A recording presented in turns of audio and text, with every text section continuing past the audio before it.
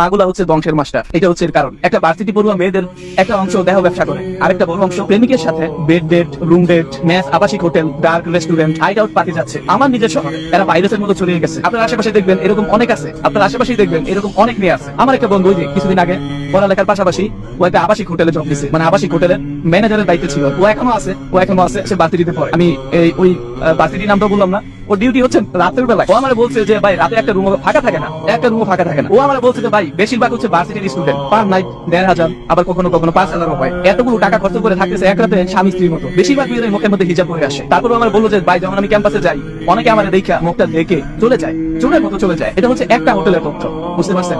এরকম অসংখ্য হোটেল আছে, অসংখ্য হোটেল আছে শহরে। আরেকটা অংশ আছে যারা ভার্সিটির মেয়ে, যারা ভার্সিটির খরচ সহ দামি দামি রেস্টুরেন্টে খাওয়ার জন্য, ঠিক মতো চলার জন্য এটাকে একটা ব্যবসা হিসাবে নিয়েছে। আমি এরকম একজনকে চিনি, আমার আশেপাশের সিনিয়র ভাই, মানে আমার পাশেরই, আমার এলাকার একটা সিনিয়র ভাই, ঠিক আছে? তিনি মেসের ছেলেদেরকে তোরা সুদে টাকা দেয়, তোরা সুদে টাকা দাঁড় দেয়। পাশাপাশি কি করে জানেন?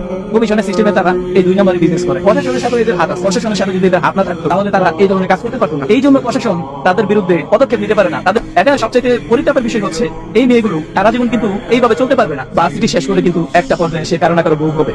এদেরই কেউ না কেউ বিয়ে করবে, আপনার মতো আমার মতো কিছু কিছু মানুষ তাদের স্ত্রী হিসাবে নিয়ে আসবে। এবং লজ্জাহীন এই নারীগুলো তখন স্বামীকে মমতা দিতে পারবে না, আদর দিতে পারবে না, প্রেম দিতে পারবে না, আবেগের সাথে ভালোবাসতে পারবে না। তাদের ভিতরে কোনো আবেগ অনুভূতি কিছুই কাজ করবে না। তখন একটা সংসার টিকে না, পারে না সন্তানকে ঠিক মতো নৈতিকতা শিক্ষা দিতে। এভাবেই প্রজন্মের মায়েরা ধ্বংস হয়ে যাচ্ছে।